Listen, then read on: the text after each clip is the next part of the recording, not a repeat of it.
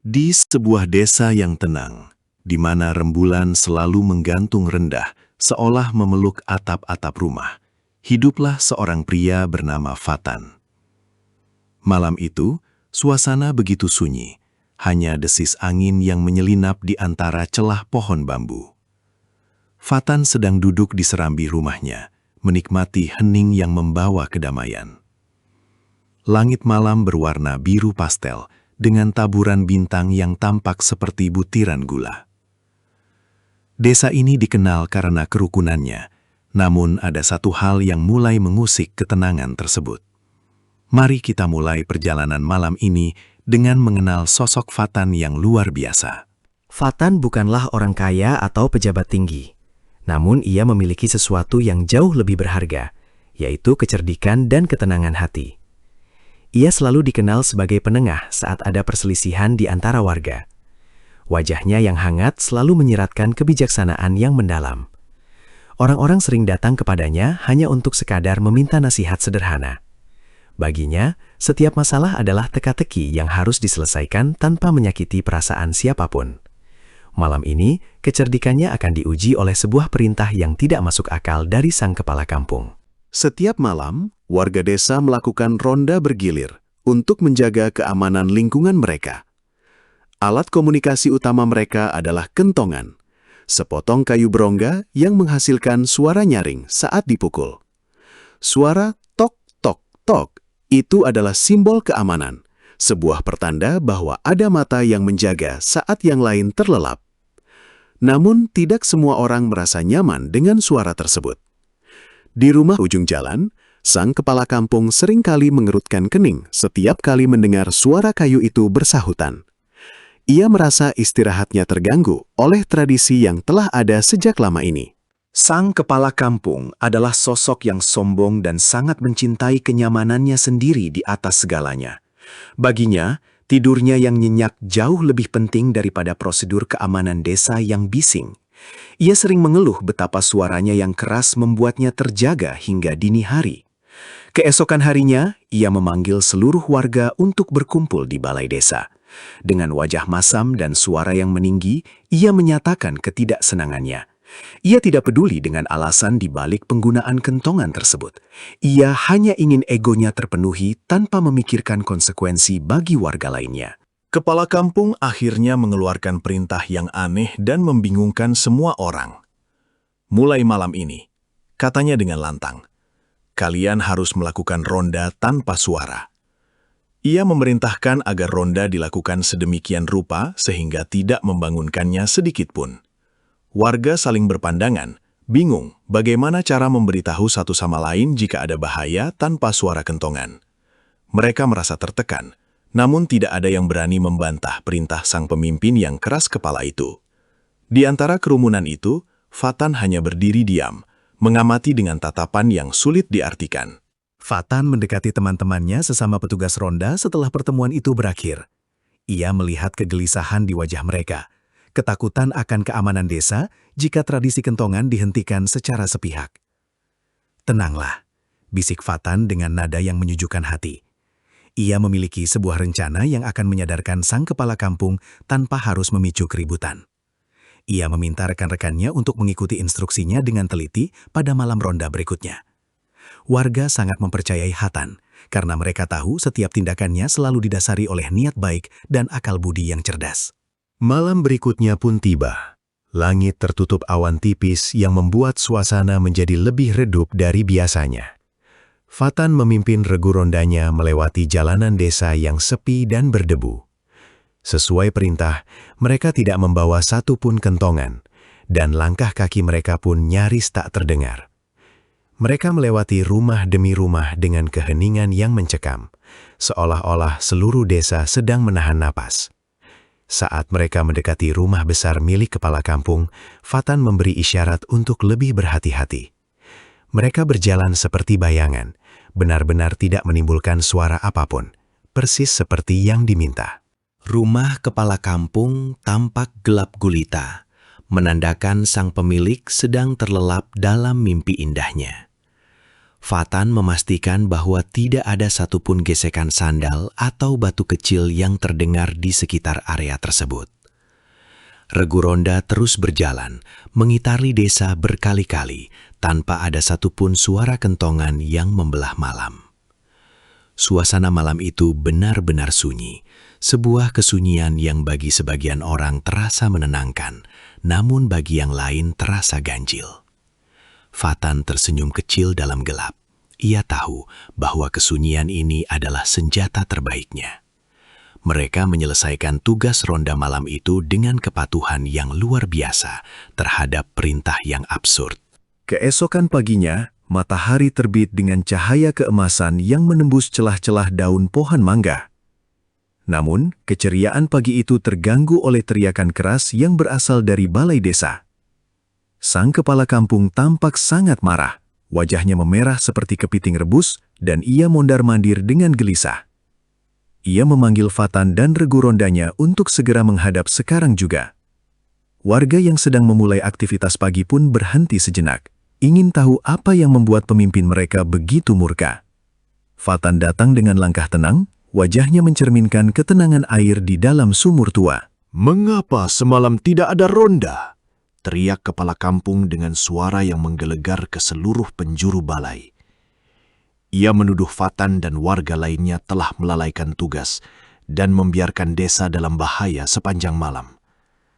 Baginya, ketiadaan suara kentongan berarti ketiadaan pengawasan, sebuah logika yang bertolak belakang dengan permintaannya sendiri. Ia merasa tidak aman meskipun ia sendiri yang meminta agar tidak ada kebisingan. Fatan berdiri di hadapannya, mendengarkan setiap makian dengan sabar tanpa memotong satu kata pun. Ia menunggu saat yang tepat untuk memberikan jawabannya yang tak terduga. Fatan menarik napas panjang, lalu menjawab dengan suara yang lembut namun tegas. "Kami melaksanakan ronda semalam, Tuan."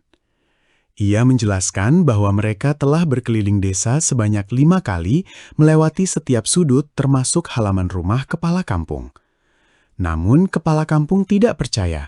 Ia berkesikars bahwa ia tidak mendengar tanda-tanda adanya orang yang terjaga. Baginya, kesunyian malam itu identik dengan kekosongan yang membuatnya merasa cemas. Ia menuntut bukti bahwa ronda benar-benar berjalan sesuai rencana tanpa ada yang tertidur di pos. Ketegangan meningkat di antara kerumunan warga yang menyaksikan perdebatan tersebut. "Kami tidak memukul kentongan sama sekali karena kami takut membangunkan Tuan," lanjut Fathan dengan nada polos. Ia mengingatkan sang pemimpin tentang perintah yang dikeluarkan sehari sebelumnya mengenai larangan suara bising. Kepala kampung terdiam sejenak, teringat akan kata-katanya sendiri yang penuh kesombongan. Namun, egonya masih terlalu tinggi untuk mengakui kesalahannya di depan umum.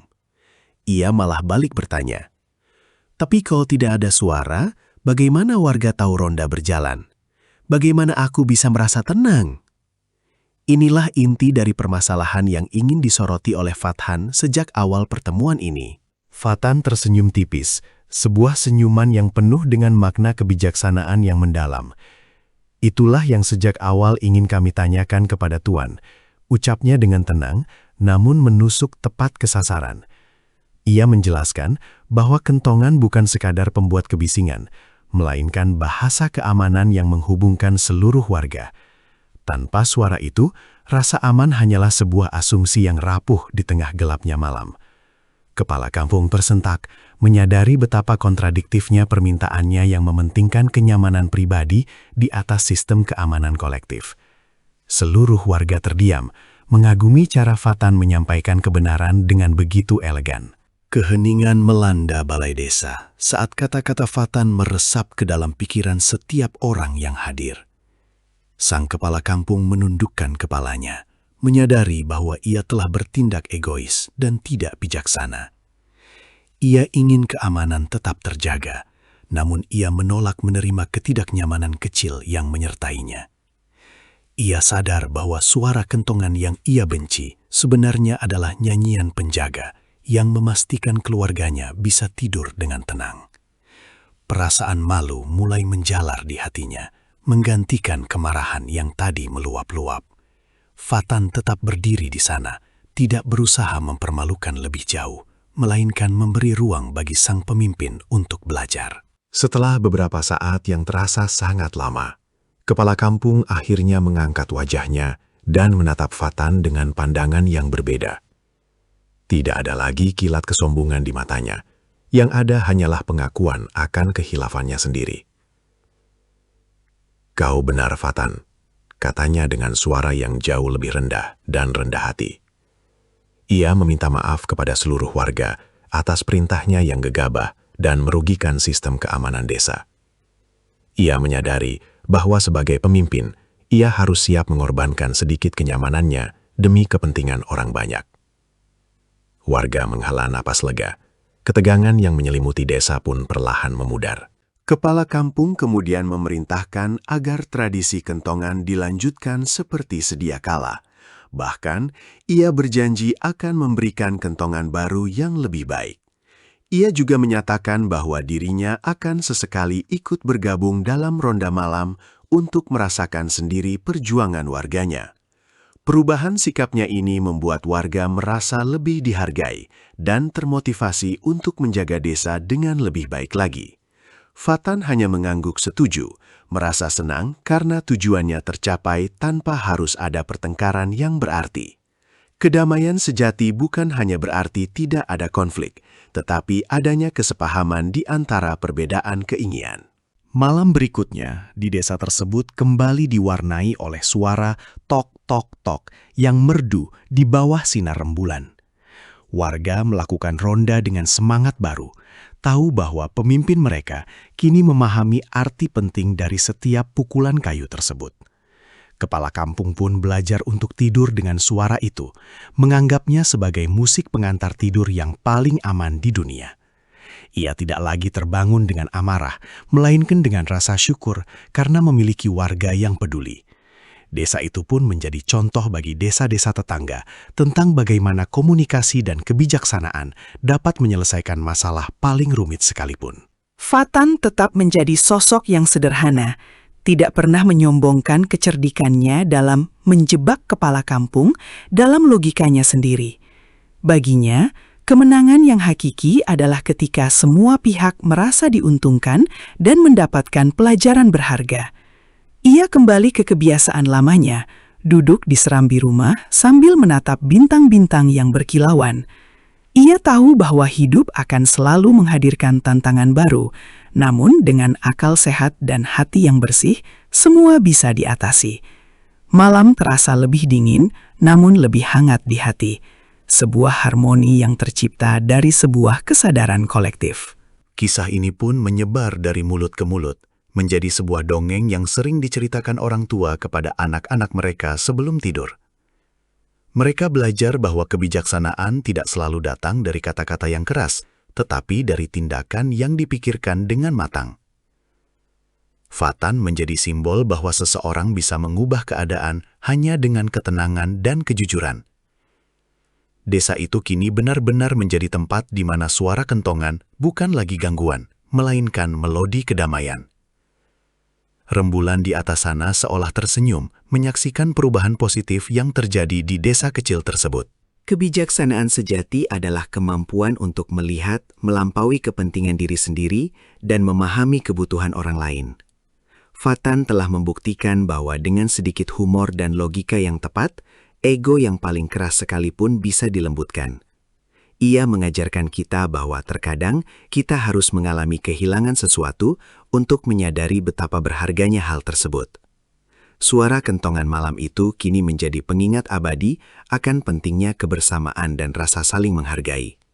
Di bawah langit yang sama, kita semua belajar untuk menjadi manusia yang lebih baik setiap harinya. Setiap kali kita merasa terganggu oleh sesuatu, cobalah untuk melihat dari sisi yang berbeda, seperti yang dilakukan Fatan. Mungkin saja apa yang kita anggap sebagai gangguan sebenarnya adalah perlindungan yang tidak kita sadari. Janganlah menjadi seperti kepala kampung yang hanya memikirkan kenyamanan sesaat, namun mengabaikan keamanan jangka panjang. Mari kita hargai setiap usaha yang dilakukan orang lain demi kenyamanan kita bersama. Cerita ini mengajarkan kita untuk selalu rendah hati dan terbuka terhadap kritik serta saran yang membangun. bijaklah dalam bertindak, dan tuluslah dalam berbagi kedamaian. Sekarang, pejamkanlah matamu dan biarkan ketenangan menyelimuti dirimu seperti malam di desa Fatan. Bayangkan suara kentongan yang jauh di sana menjagamu dengan setia, memastikan mimpimu tetap indah dan tanpa gangguan. Terima kasih telah mendengarkan kisah Fatan dan kentongan malam ini. Semoga pesan moral yang terkandung di dalamnya dapat menjadi pelita bagi langkah-langkahmu esok hari. Tidurlah dengan nyenyak, biarkan semua beban pikiran luruh bersama heningnya malam. Esok adalah hari yang baru untuk menebar lebih banyak kebaikan dan kebijaksanaan. Kisah Fatan memberikan kita pelajaran bahwa komunikasi yang baik adalah kunci dari setiap hubungan bermasyarakat. Jangan pernah takut untuk menyuarakan kebenaran, asalkan dilakukan dengan cara yang sopan dan bijaksana, seperti pahlawan kita ini. Fatan mengingatkan kita bahwa kecerdasan sejati tidak digunakan untuk menjatuhkan, tetapi untuk membangun kesadaran. Mari kita bawa semangat Fatan ke dalam kehidupan sehari-hari kita, untuk selalu mencari solusi yang damai. Selamat malam, semoga mimpi-mimpimu penuh dengan cahaya dan kedamaian yang sama seperti malam di desa yang asri ini. Terima kasih sudah menonton kisah Kentongan Malam bersama Fatan. Jika Anda menyukai cerita bijak seperti ini, jangan lupa untuk klik tombol like, subscribe, dan bagikan pendapat Anda di kolom komentar. Cerita mana lagi yang ingin Anda dengar selanjutnya? Kami akan sangat senang mendengar saran dari Anda semua. Aktifkan juga lonceng notifikasinya agar tidak ketinggalan dongeng malam berikutnya yang penuh inspirasi. Sampai jumpa di kisah-kisah menarik lainnya, dan selamat beristirahat dengan tenang.